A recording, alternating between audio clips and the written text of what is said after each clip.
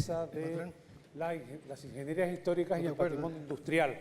Como verán, hemos cambiado un poquito el modelo. Siso, Miguel Ángel Matrán, Ojeda y Amara. Ahora haremos las presentaciones.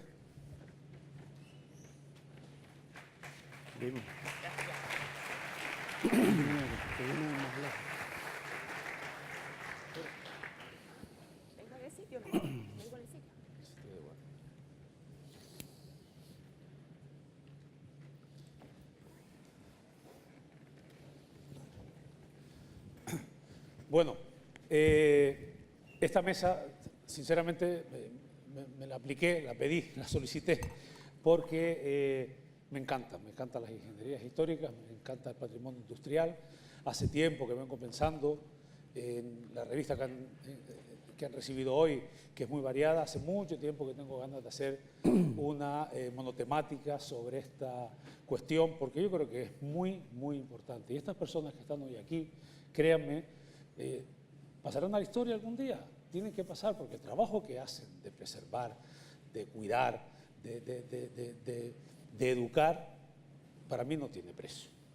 No tiene nada que ver con la ISO 55000 y todo lo que viene. Es algo para mí de bastante más valor, así que les agradezco que me hayan dado la oportunidad de estar aquí presente. Bueno, de mayor a menor, como decía mi madre, vamos a ir presentando a los ponentes o a los componentes de la mesa de coloquio. Miguel Ángel Fernández Matrán, arquitecto técnico en ejecución de obras por la Universidad de La Laguna, 1976. Ha sido profesor titular de la Universidad de La Laguna por el área de conocimiento mecánico de los medios continuos y teoría de las estructuras, 1979-2016. Miembro de comité científico en 10 congresos internacionales y presidente de 4 de ellos. Profesor en los másteres de conservación y gestión en el patrimonio cultural de las universidades de La Laguna, Granada, Valladolid, Murcia, La Habana, Buenos Aires, Lima, Bauru.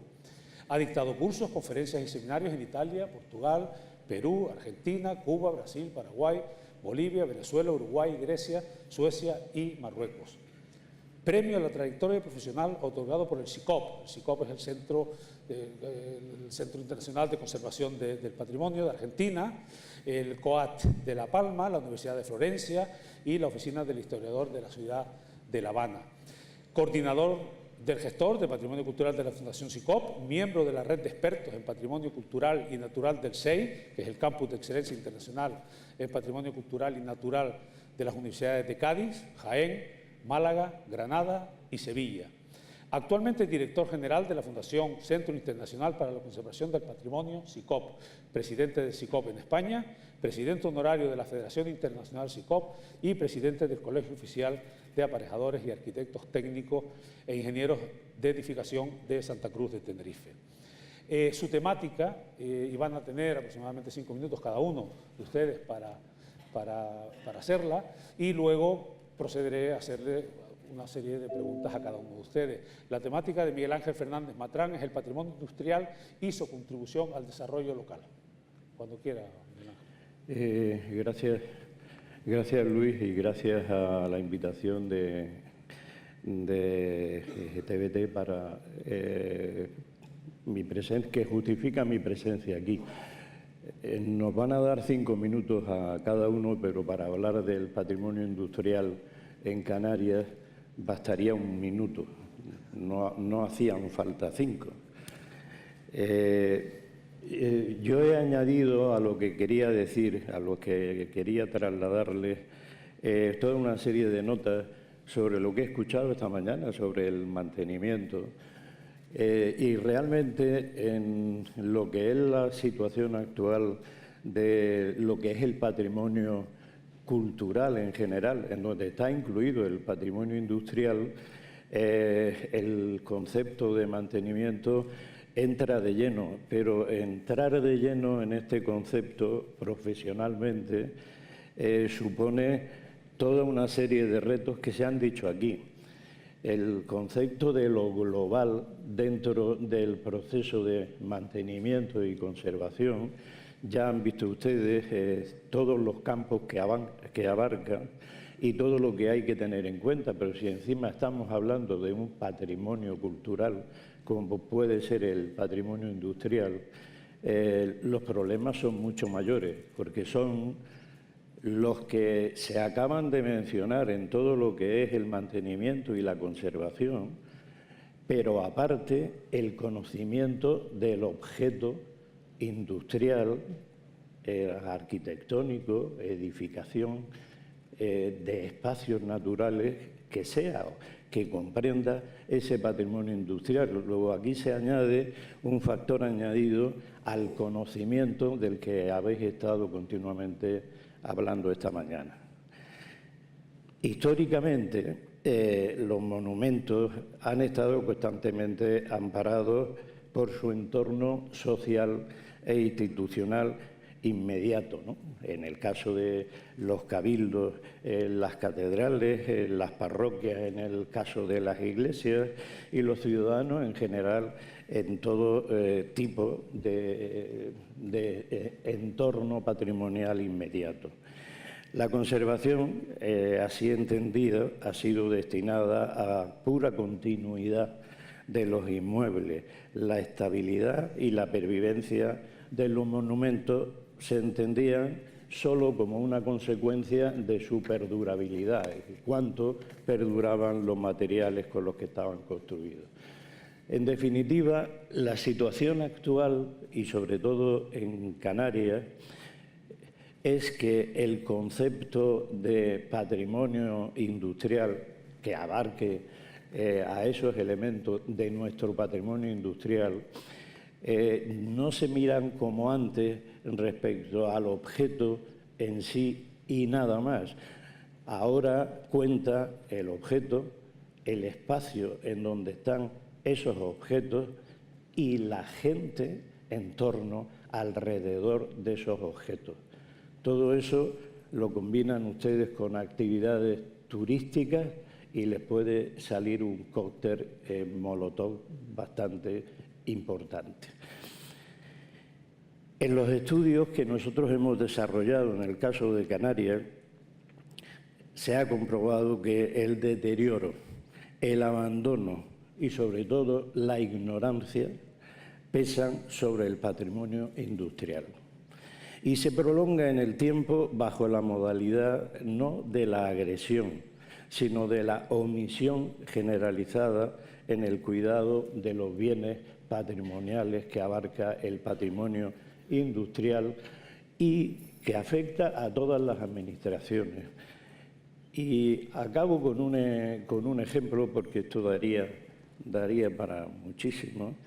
Fíjense que en las actuales organizaciones en torno a la defensa, a la conservación del patrimonio cultural en Canarias, están organizadas en torno a consejos patrimoniales, tanto en las organizaciones insulares como en los ayuntamientos. La organización nuestra pertenece a una gran cantidad de consejos municipales, de ayuntamientos, de patrimonio, y exactamente igual a consejos insulares. Nunca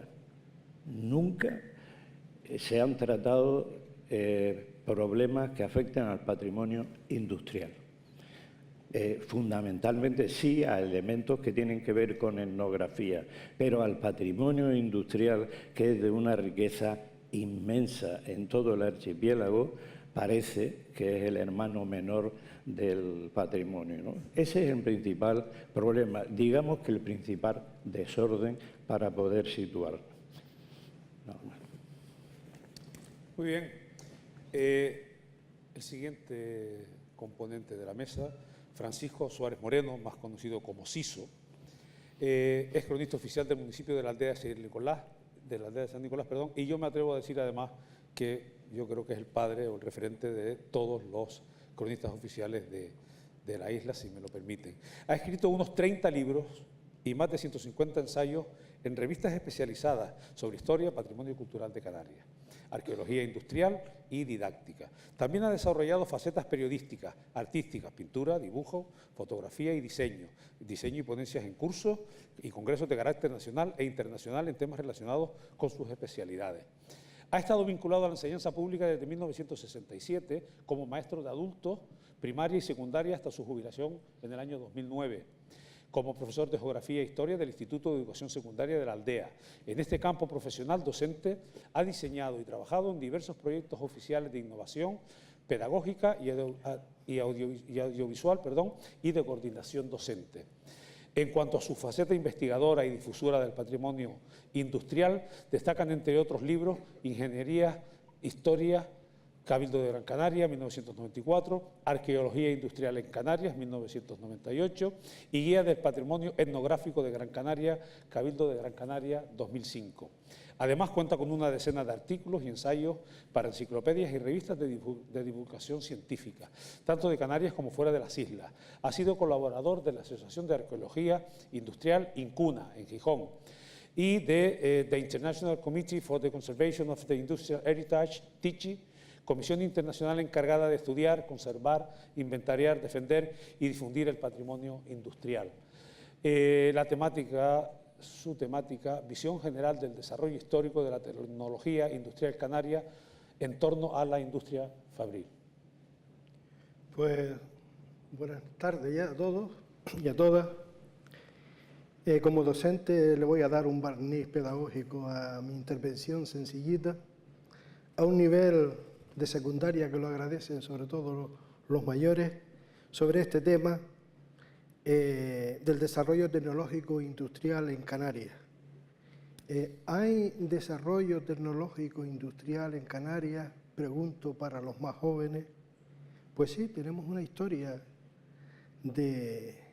industrial y una historia de tecnología propia y tecnología exógena que nos ha venido de otros sitios y que la hemos readaptado. Hay un primer desarrollo en torno a la agricultura de exportación, los ciclos que todos ustedes conocen, el azúcar, el vino y los subsectores artesanales, hasta el siglo XVIII aproximadamente, que comenzó después de la conquista con la economía de mercado internacional de libre cambio en las zonas costeras, los cultivos de caña dulce y todos los artilugios que vinieron para producir azúcar, que aquí se formaron maestros azucareros que luego esa tecnología se transfirió a las Américas. Tras el fracaso del cultivo y la producción azucarera a mediados del siglo XVI, pues llega lo que ustedes todos hemos estudiado, el ciclo del vino. Las comarcas vinícolas, que era donde más dinero había, pues exportaban el vino al área europea, pero las zonas que no producían vino, pues lo hacían con otros productos que se vendían a esas zonas. Y entonces ahí se va desarrollando primero la tecnología del vino, los lagares, los alambiques, etcétera, y luego en todas esas zonas pues la tecnología agrícola y toda la amplia dimensión de los saberes y de las tecnologías de los labradores, maestros, operarios, tejeros, cerrajeros, herreros, etcétera, etcétera, molineros, etcétera. Pero este modelo de desarrollo, pues en el siglo XVIII las reales sociedades económicas del país intentaron fortalecerlas con varios estudios hasta la crisis que entra en Canarias a principios del siglo XIX, que viene a tener la solución solución entre comillas, ¿no? Con el Puerto Franco, con la ley de Puerto Franco de 1852, cuando se introducen los nuevos cultivos, primero el de la collinilla, que fue efímero, y después el azúcar y los tomates y plátanos, junto con las actividades portuarias, pues ahí empieza un desarrollo tecnológico muy, muy importante que recibe de Europa elementos de la segunda revolución industrial, ¿no? Esos elementos de la segunda revolución industrial pues fueron necesarios para un desarrollo industrial en Canarias que producíamos de todo hasta los años 50 o 60. Producíamos harina, producíamos fábricas de pastas, etcétera, etcétera, etcétera. Éramos autosuficientes. Y tan importante era la industria, sobre todo en nuestros puertos, a los más jóvenes, que se crea la primera escuela superior de industria, una de las primeras en el Estado español, que fue en el 1901, aquí en Las Palmas, que formó a tantos maestros industriales y peritos industriales, hasta que en la segunda mitad del siglo XX pues, es el germen de la Escuela Superior de Ingeniería, primero vinculada a la Universidad de La Laguna y luego a la de Las Palmas. Pero el peso del archipiélago descansó sobre todo en los puertos. Y esos puertos, esos barcos que venían aquí, que necesitaban productos, que los producíamos nosotros aquí, que los llevaban al área de ultramar, pues nos generaron esa economía nuestra que yo les decía a ustedes de que éramos autosuficientes. Ya hoy no lo somos, ¿no? Entonces, en ese marco y ya recibiendo, pues se construye el muelle de tecnología del hierro,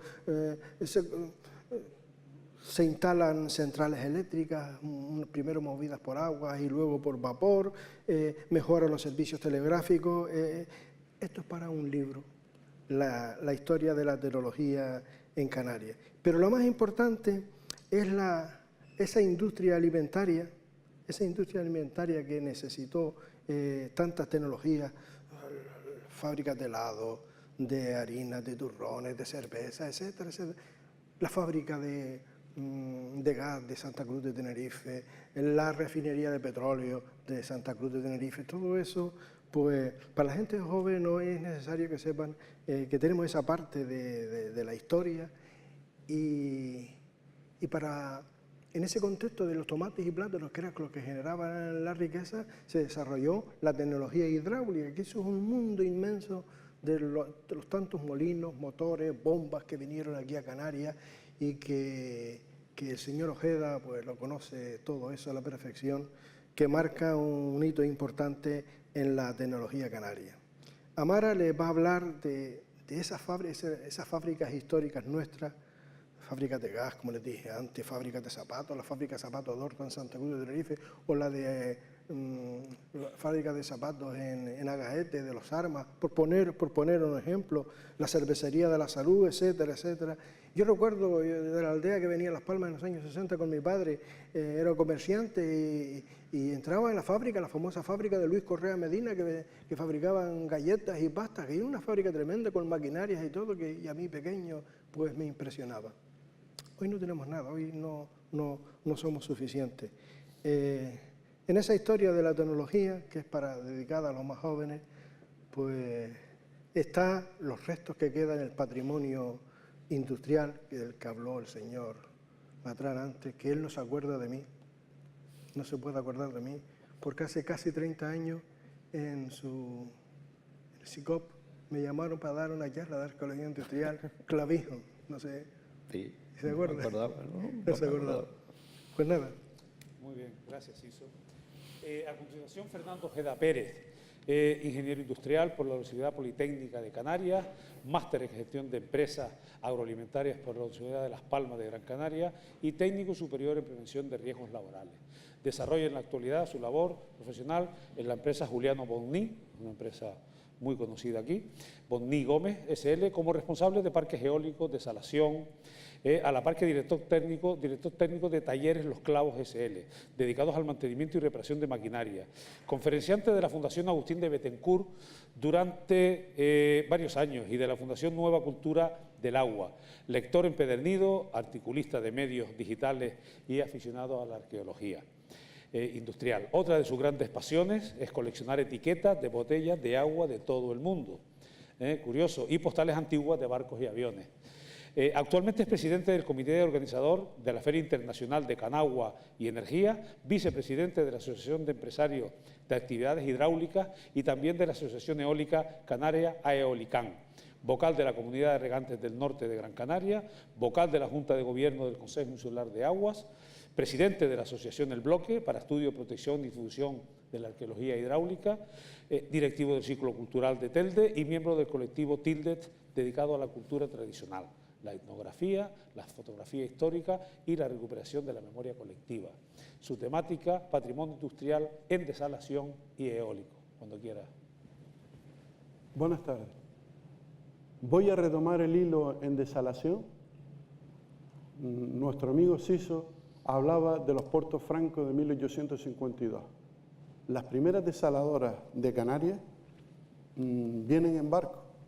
Hay un artículo periodístico en el Eco del Comercio de Tenerife de 1863, donde habla del vapor Norseman, que había agotado el agua, estábamos hablando ya de barcos a vapor, había agotado el agua y comenta el periodista que tuvo que quemar toda la madera que había en el barco, en lo que se llama la hora muerta, los camarotes, etc. A mí me recuerda mucho la película de Buster Keaton, el maquinista de la General, que fue quemando los vagones de madera para poder alimentar la caldera. Pues este barco tuvo que hacer eso, pero el detalle es que lo hacía para aprovechar un evaporador que tenía, evaporar agua de mar y tener agua destilada para la caldera de vapor. Con lo cual hay un dato, un documento de las desaladoras en Canarias que venían a bordo de barcos, porque los barcos lo necesitaban.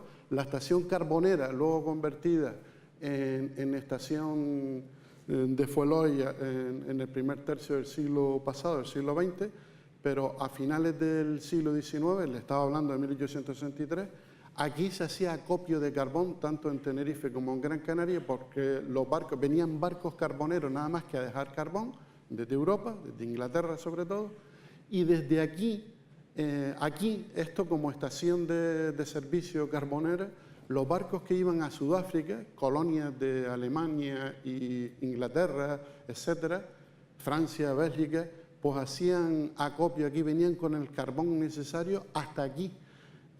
Aquí cogían más carbón, seguían navegando hasta el sur, con lo cual tenían mucha capacidad de carga útil, la carga de pago. A la vuelta venían con el carbón necesario en sus carboneras para llegar a Gran Canaria o Tenerife y volvían a cargar. Bueno, esto para explicarles el detalle del Norseman que llega en las últimas y ya es un dato de desaladora. Tengo las actas del Congreso de Diputados Español de 1909, también del siglo pasado, donde en una trifulca política, lo de siempre, ¿no?, el pleito insular, y nos dicen, ¿por qué no se dedican a resolver el problema del agua del Hierro? Porque en el Hierro había un problema de abastecimiento, siempre lo ha habido, de abastecimiento de agua, y decía, y aprovechan la tecnología que llega al puerto de la Luz en esos barcos que llevan desaladoras. Es decir, otro detalle de que ya los barcos, estamos hablando de 1909, como detalle para certificar lo que les digo, en 1912, en el hundimiento del Titanic, el Titanic se va al fondo con 2 desaladoras que llevaba. Recuerden, el Titanic tenía una gran capacidad de pasajeros y para abastecer las aguas de sus calderas, el agua de consumo, etcétera, lo lógico ya en aquella época era llevar desaladoras. En fin, aquí hemos tenido incluso en la base naval barcos militares que tenían desaladoras a bordo, hoy día es de uso común. Me decía Luis cuando preparamos la temática de hablar de desalación y de energía eólica, un poco de cómo evoluciona la tecnología, el mantenimiento. Pues sencillamente en esa época el mantenimiento que se empezó a hacer en el puerto de la Luz era de calderas de vapor. La primera desaladora que es de evaporación ya en tierra es en 1964, una iniciativa privada, arranca una desaladora que producía 2.500 metros cúbicos día y era dual, es decir, que producía energía. En Lanzarote no había capacidad de energía.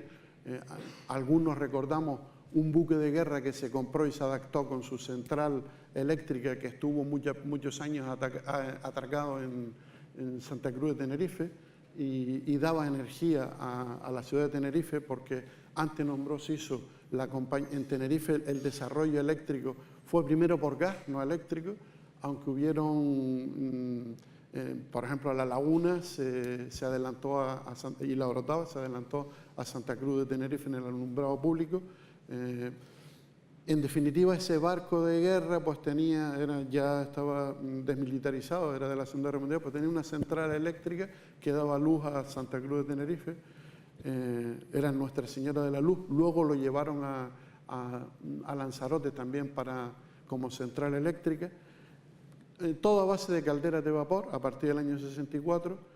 En los años 70, a mediados de los 70, empieza la ósmosis en Canarias, primero como plantas de desalación de ósmosis, por ósmosis inversa de agua salobre, Fuerteventura, Lanzarote. Los hoteles habían desarrollado en ese interín y todas las urbanizaciones que no tenían agua, pues habían desarrollado la implantación de tecnología israelita de desalación por compresión de vapor, diferente a la evaporación simple. Y a partir de los años 70 hasta la primera planta que se pone, bueno, en 1970 arranca Las Palmas 1, que era de evaporación y también era dual, producía energía eléctrica. En el año 82 arranca otra planta multiflash, es decir, con evaporación por etapas, donde se va haciendo el vacío. Y es en 1990 donde arranca la primera planta, en ese momento en tamaño 36.000 metros cúbicos, 6 módulos de 6.000 metros cúbicos, Las Palmas 3, ¿no? Y empieza la ósmosis. ¿Cuál ha sido la evolución? Pues recuerdo de un amigo, un maquinista naval, de estar embarcado, terminar en una planta desaladora en Lanzarote, como él es de Lanzarote, como técnico a cargo de la planta desaladora, y decirme en un congreso, pues decirme precisamente en un congreso de desalación, decirme, ¿sabes qué he descubierto esto, esto y esto? ¿Por qué se oxida el compresor, los álabes y tal, en la interfaz, agua, vapor, etcétera y tal? Y coño, ¿te puedes forrar esto? No, ya se lo dije a los israelitas. Por ejemplo, decía tú que aquí ha habido tecnología y cerebrito. Hoy día el mantenimiento en la ósmosis inversa ha variado del mantenimiento de la desalación por evaporación, que era lo mismo que mantener las calderas de las industrias, las calderas de los barcos e incluso más. Hace 100 años, algo más de 100 años, en 1910, habían los 13 pozos más principales de esta isla de Gran Canaria, casi la mayoría en Telde se movían por vapor, la maquinaria de los pozos, estamos hablando de la bomba, es decir, de pistón. Que hay un hilo conductor, que podríamos decir pues, en la industria, en los barcos, los talleres que habían en el puerto, que nacen a principios del siglo XX, y las desaladoras de vapor que se incorporan a partir del año 64, pues el mismo tipo de mantenimiento, tecnología de calderas de vapor que se venía haciendo en la península. Es a partir de los años 70 cuando tenemos ya pues, una tecnología nueva de presión, que es la ósmosis inversa, es a base de presión, el mantenimiento, pues empezamos a tener antes en vapor, en las calderas, la preocupación del ingeniero, los técnicos siempre era la incrustación en la caldera para evitar y en los tubos, para evitar que hubiera explosión. En la ósmosis, pues, mantener todo el sistema hidráulico, que no haya corrosión. Hemos aprendido un montón y los extranjeros han aprendido con nosotros, digo, los fabricantes, en cuanto a la corrosión a presión. No es lo mismo tener un material acero inoxidable, o como digo yo, más o menos inoxidable, porque inoxidable no existe. O sea, que tenga más o menos duración en el tiempo, pero no eterno. Y no es lo mismo todo lo que se sabía de corrosión a corrosión en sistemas hidráulicos de ósmosis inversa a presión. Es otro tipo de corrosión. ¿Cómo estamos ahora? Pues mantenimiento de sensores, mantenimiento de membrana. No es extraño encontrar con personas que tienen, el fabricante de la membrana le garantiza a usted la membrana de fibra, por supuesto, de arrollamiento en espiral. Hoy día está impuesta la tecnología de nanopartículas en la membrana, y ese tipo de membrana pues le garantizan a uno unas determinadas condiciones y por 3 años y a 43% de recuperación en la desalación de agua de mar, es decir, de cada 100 litros puede sacar 43, lo otro es salmuera, y te lo puedo garantizar 3 años, pues no, aquí desde los años 90, en el caso mío, y no soy único, hemos tenido membranas que han durado 20 años, ¿no? Calladito la boca. Antes se explicaba que el mantenimiento es mínimo, porque a veces Es como cuando tratamos una planta agrícola, y perdonen la expresión, estamos en mantenimiento, no en agricultura, pero en los suelos de las islas que están bastante agotados, a base de meter fertilizante o un tratamiento foliar, etcétera, ¿no? Estás haciendo un mantenimiento para la planta, pero no sabes realmente la dosis que necesitas. Lo nuevo del cáncer también es ir a las células malas, no a un tratamiento masivo que debilita al ser humano. Pues en el caso que les comentaba, yo hace montones de años que no hago limpieza química de membrana. Era el kit de la cuestión del mantenimiento de desalación, pues se llegó a eso, ¿no? Eso te lo decía el fabricante, te decía, tienes que hacer el tratamiento con este producto, aquel y el otro y tal. Yo no lo hago y no soy más listo que nadie ni único, ¿no? Esto lo engarzo con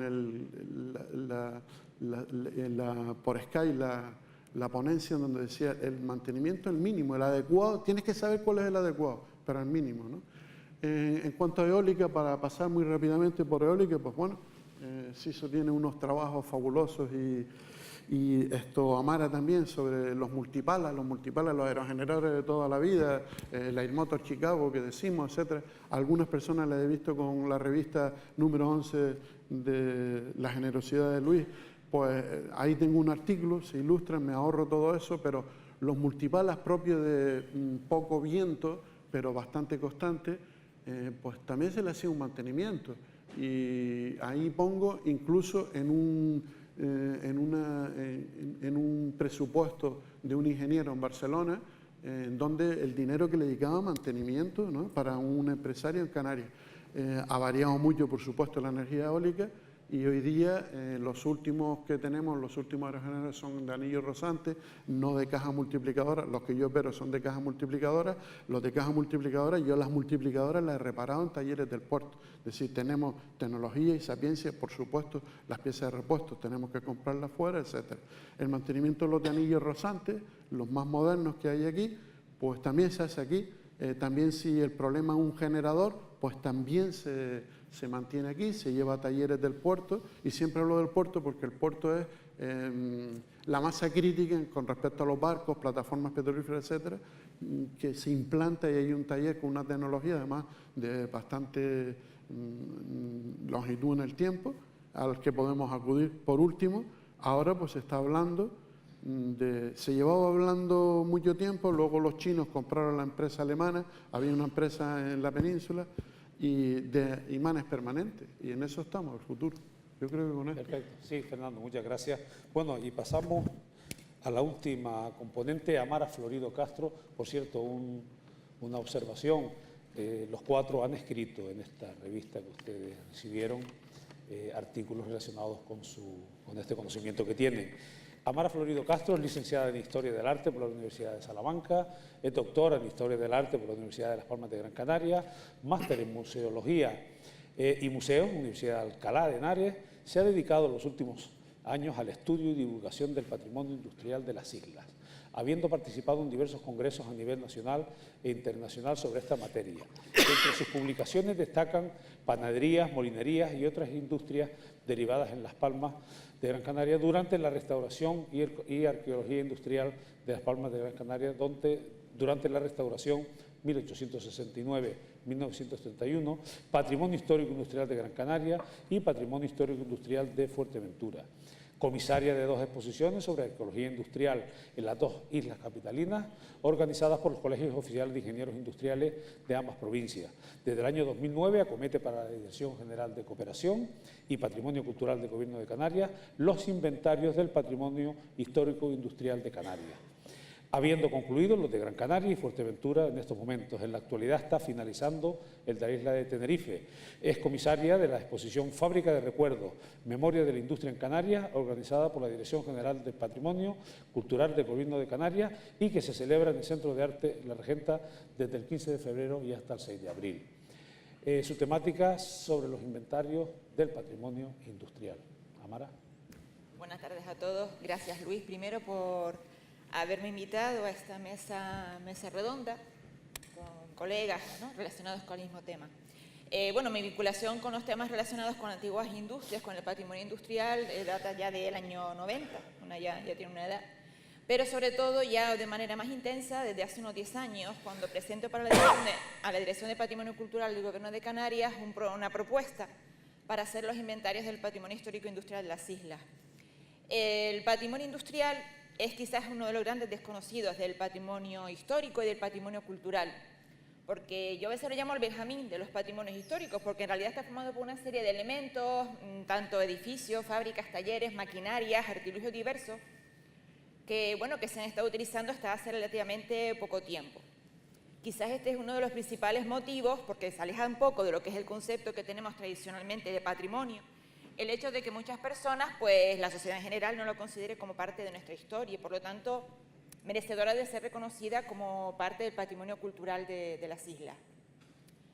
A raíz de estos inventarios me he dado cuenta de que estamos hablando de un patrimonio frágil, desatendido, infravalorado, menospreciado, todos los calificativos y sinónimos que quieran poner, siempre negativos, porque claro, cuando un edificio, cuando una fábrica, un taller, una industria cierra por varios motivos, por cese del negocio, por traspaso y después ruina a veces de la empresa, pues estas industrias quedan totalmente abandonadas y muchas veces incluso pues haber estado situadas en un sitio bastante estratégico, pues se incluyen dentro de todo lo que es el mercado especulativo y al no tener unas características y no estar protegido ni siquiera en los catálogos municipales, pues son objeto de destrucción.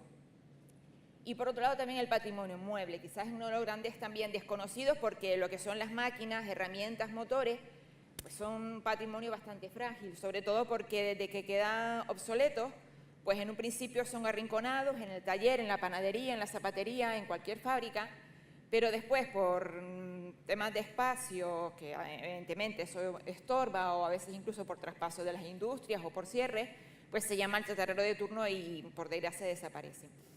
Como tema de los inventarios que estoy haciendo, en total se han inventariado aproximadamente unos 2.000 bienes, tanto muebles como inmuebles.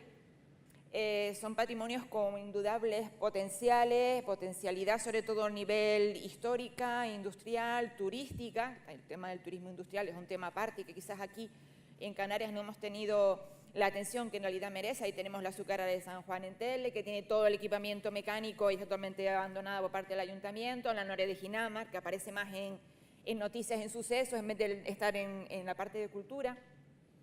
Y después el patrimonio mueble. El patrimonio mueble, pues claro, al estar en manos particulares, una vez que ha fallecido pues el zapatero, el carpintero, el industrial, que ha mimado con todo cariño esas máquinas, esos artilugios, esas herramientas, pues sus herederos, pues claro, no tienen esa sensibilidad y al no haber un relevo generacional de esa industria, pues quedan totalmente abandonadas.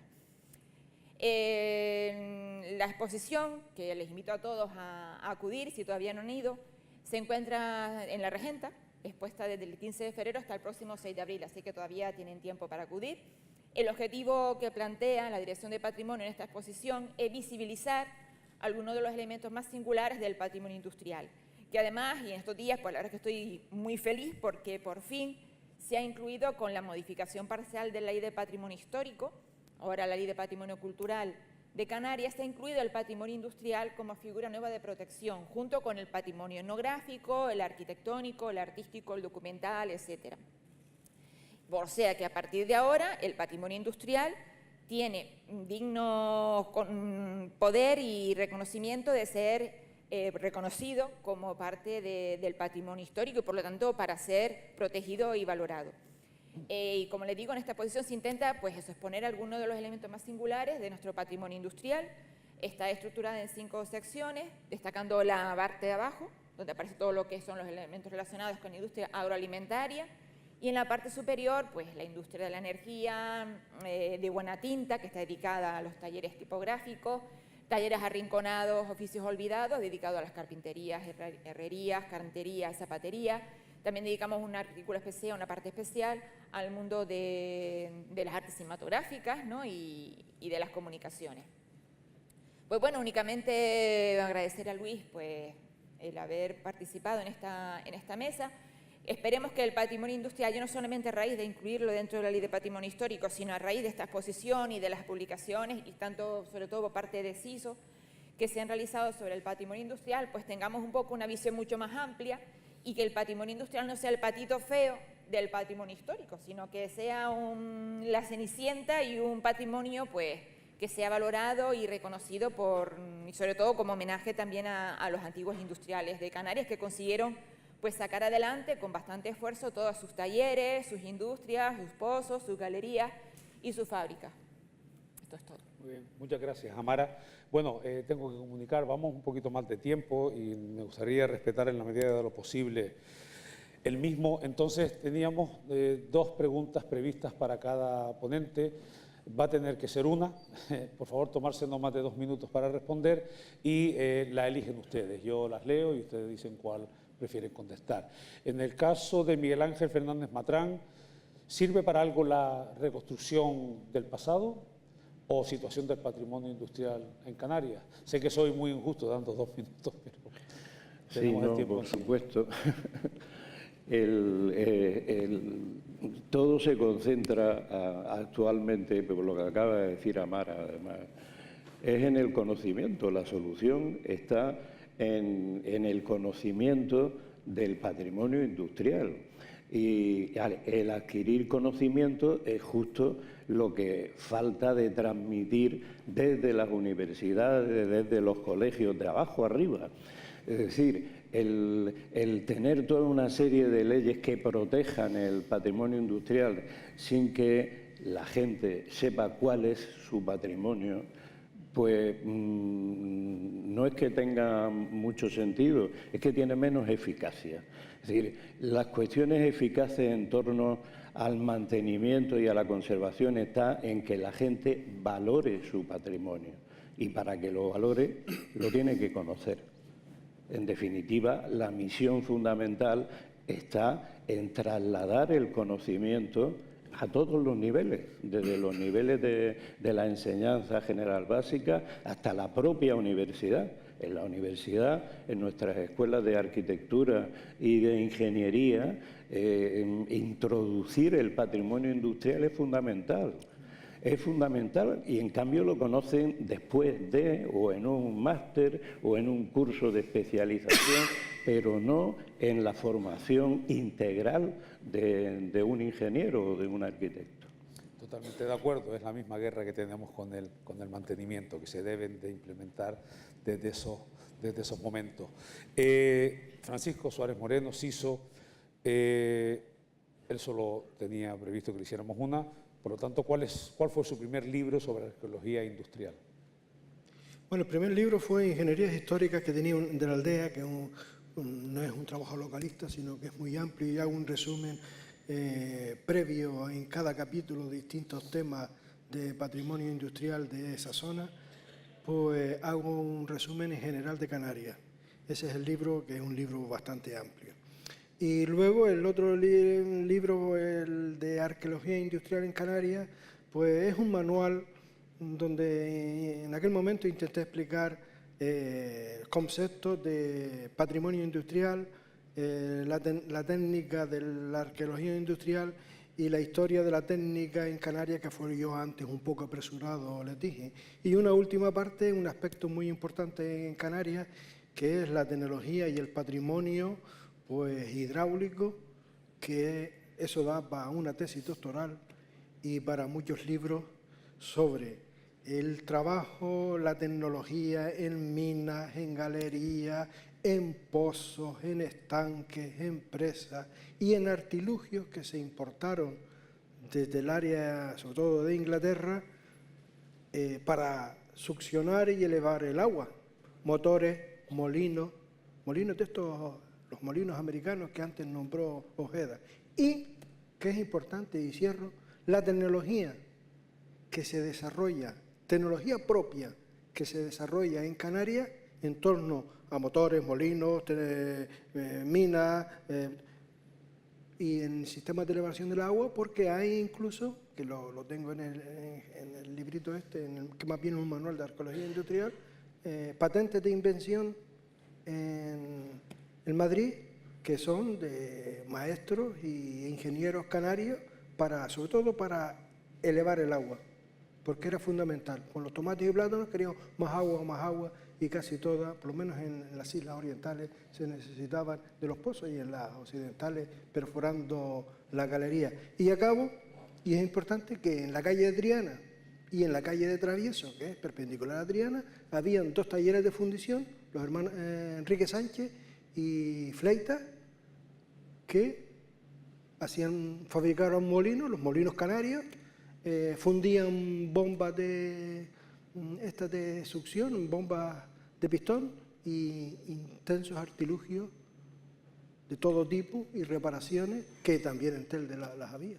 O sea, a lo que íbamos a ir resumiendo para la gente joven, que tenemos nuestra propia tecnología pues, industrial que debemos valorar, y lo que ha quedado de eso es el patrimonio industrial que hay que proteger, y sobre todo en las escuelas, en las universidades, en los institutos. Compañeros míos, cuando yo daba el área humanística y veía que Teorema Torricelli y tanto de la mecánica de fluido de un mis niños, se lo decía yo ya mayor y los profesores más jóvenes, ¿quieres explicar el Teorema Torricelli? Vete a una cantonera de agua y ahí se los explicas perfectamente. Los tecnólogos, que aquí hay muchos, tienen que tener una visión humanística del saber, y en esa visión pues está que el teorema de Pitágoras hay que explicarlo desde el punto de vista humano primero. ¿No es así, señor Madrazo? Nada más. Gracias, Iso. Bueno, pasamos con Fernando Ojeda, en la línea de la brevedad, que nos queda un par de minutos. Tú tienes 3. ¿Cuál ha sido la evolución problemática del mantenimiento de las plantas desaladoras? La misma en cuanto al sector eólico.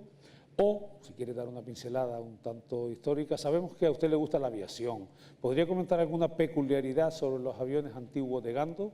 Gando, para las personas que vienen de fuera, es el nombre del aeropuerto de Gran Canaria ahora, ¿verdad? En aras de la economía procesal del tiempo, la cuestión de tanto de desaladoras como aerogeneradores siempre ha sido la cuestión de los repuestos.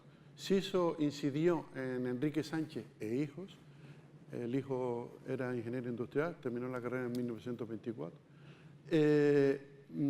Tanto en los pozos en su momento, era los repuestos. Por eso algunos talleres, en vez de esperar en Inglaterra un pozo, el cultivo, estamos hablando no de frutales, sino de un cultivo que se iba para el piso, tomate, y perdíamos entonces el cliente, ¿no? Pues esa es la cuestión del cultivo de exportación, que no es la naranja, que si no las traemos de Valencia o las cosas, no. Perdías el cliente allá. Entonces terminaron muchos talleres copiando bombas, copiando piezas, y terminaron haciendo las bombas mejor, con mejoras, tú lo sabes, y los Airmotor, los típicos Airmotor Chicago que le dicen de Fuerteventura y tal, eso empezaron los norteamericanos a mediados del siglo XIX haciéndolo de madera. Nosotros ya fabricamos aquí, mejoramos las chapas, etc. Bueno, eso en cuanto a que siempre ha sido los repuestos, la lejanía, y hombre, todo no lo hemos podido, por ejemplo, los aerogeneradores antiguos sí, los modernos no. Se puede reparar aquí, pero las piezas de repuesto, esa ha sido la problemática siempre mantenimiento. Estamos hablando de piezas que son de desgaste, estamos hablando de que es curioso, con la masa crítica de elevadores que hay aquí, que no tengamos un taller de reparación de palas de aerogeneradores, tenemos que traer gente de fuera, etcétera. Y la otra pregunta era... No, tenías que elegir una de las 3. Ah, ya la elegí. Entonces ya lo damos. Sí, además tenía que ver. Bien, y en último lugar, Amara Florido Castro. La verdad es que es una pena, pero se nos va el tiempo y hay que respetar, porque esta materia, desde luego, tiene muchísimo interés. En cualquier caso, Amara, tú tenías cuál es el estado actual en que se encuentra el patrimonio histórico industrial a raíz del trabajo de los inventarios que realiza, o cuáles son los objetivos de la exposición Fábrica de Recuerdos. Bueno, yo lo resumo rápido. No se valora lo que no conocemos. Sí. No valoramos lo que no conocemos, por lo tanto, hay que partir sobre todo de la sensibilización de la sociedad. Un segundito, porque creo que no se te está oyendo bien. Coge el de mano que te van a dar. Bueno, repito, no conocemos, mejor dicho, no se valora lo que no conocemos, y entonces quiere decir, por tanto, que si no sensibilizamos ya desde el principio, desde lo que habíamos comentado ya anteriormente, desde los colegios, los institutos, las universidades, si ya nos sensibilizamos incluso desde la propia sociedad en general, la existencia de un patrimonio histórico-industrial propio canario, con una gran diversidad y una heterogeneidad impresionantes, que por lo tanto como no se ha estudiado, pues no se ha valorado, pues no podemos, por tanto, rescatarlo y darle el lugar que merece, ¿no? Tanto en la historia como en el patrimonio de Canarias. Muy bien. Pues muchísimas gracias a los cuatro y yo pido por favor un fuerte aplauso porque se lo merecen de verdad por su trabajo.